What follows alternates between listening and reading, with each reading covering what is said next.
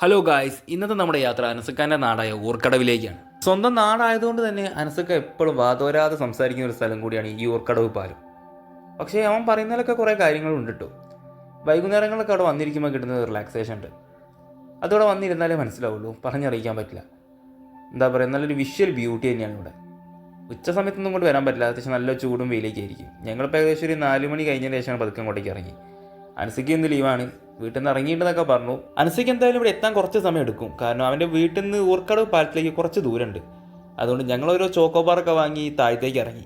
എന്തായാലും അനസക്ക വന്നിട്ട് ഉള്ളോട്ട് പോകാമെന്ന് വിചാരിച്ചു, കാരണം ഒരു ട്രാവൽ ഗൈഡ് പോലെ അനസയ്ക്കും കൂടെ ഉണ്ടാകുമ്പോൾ ഒരു വൈബാണ്.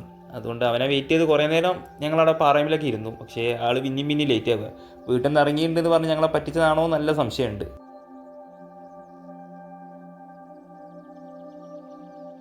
സാധാരണ ഈ ഒരു സമയത്തൊക്കെ ഇവിടെ ഒരുപാട് ആൾക്കാർ ചൂണ്ടയ്ക്കായിട്ട് വരലുണ്ട്. നല്ല മീൻപിടുത്തം നടക്കുന്ന ഒരു സ്പോട്ടാണ് ഇവിടെ. ആരെങ്കിലും ചൂണ്ടയ്ക്കായിട്ട് മീൻ പിടിക്കുന്നുണ്ടാവും, അതിന് 2 ഫോട്ടോസും വീഡിയോസൊക്കെ എടുക്കാമെന്ന് വിചാരിച്ചാണ് ഞങ്ങൾ കുറച്ച് മുന്നോട്ടേ പോയത്. പക്ഷേ ഞങ്ങൾ നേരത്തെ എത്തിയത് കൊണ്ടാണോ എന്നറിയില്ല, ഇവിടെ മീൻപിടുത്തമൊന്നും നടക്കുന്നില്ല. ഞങ്ങൾ നിൽക്കുന്നതിൻ്റെ ഓപ്പോസിറ്റ് സൈഡിലാണെങ്കിലോ അവിടെ തകൃതിയായിട്ട് മീൻപിടുത്തമുണ്ട്. അവിടെ കുറേ ആൾക്കാർ വീശുവലി കയറി മീൻ പിടിക്കുന്നുണ്ട്. ഞങ്ങൾ അങ്ങോട്ടേക്ക് പോയാലോ എന്ന് വിചാരിച്ചതാണ്, പക്ഷേ അനസക്കാണ് ഞങ്ങൾ ഈ സൈഡിൽ ഉണ്ടെന്നാണ് പറഞ്ഞത്. ഇപ്പോഴാണെങ്കിൽ അവൻ വിളിച്ചിട്ട് അവൻ ഫോൺ എടുക്കുന്നില്ല. ഇനി ഞങ്ങൾ ആ ഭാഗത്തേക്ക് പോകുമ്പോഴേക്കും അവൻ ഈ സൈഡിലേക്ക് വരിക. അതുകൊണ്ട് എന്തായാലും അവൻ വന്നിട്ട് അങ്ങോട്ടേക്ക് പോകാമെന്ന് കരുതി. അക്ഷയ് ആണെങ്കിൽ ഈ പാറയുടെ മേത്ത കൂടിയൊക്കെ സുന്ദരമായിട്ട് ചാടി പുഴേൻ്റെ സൈഡിൽ പോയി നിൽക്കുന്നുണ്ട്. എനിക്കാണെങ്കിൽ ഇതിലൂടെ നടക്കാൻ തന്നെ പേടിയാവുക.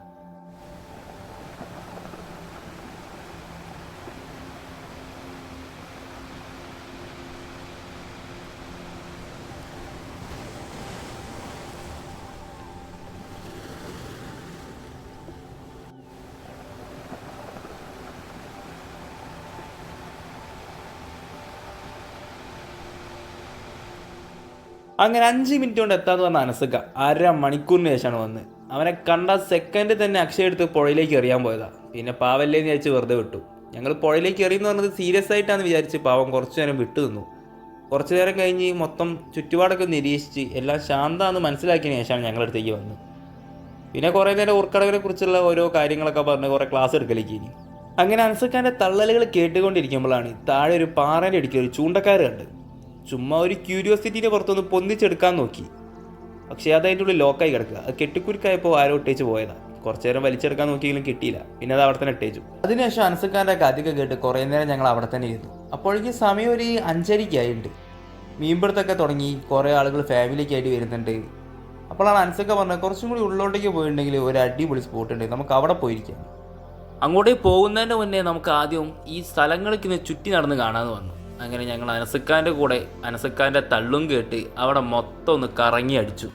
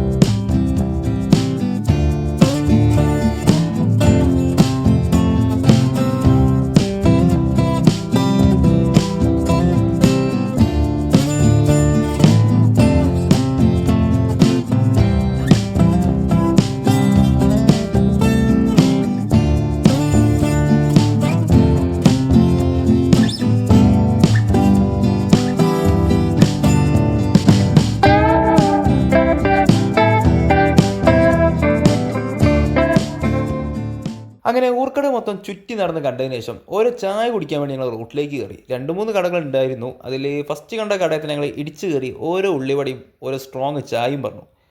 അതിനുശേഷം ഓരോ പരിപ്പൊടി ഒക്കെ കഴിഞ്ഞ് പൈസ കൊടുക്കാനായപ്പോൾ നേരെ ഞങ്ങൾ അനസുക്കാനെ കൗണ്ടറിലേക്ക് പറഞ്ഞു വിട്ട് ആ ബില്ല് അങ്ങോട്ട് പേ ചെയ്യിച്ചു.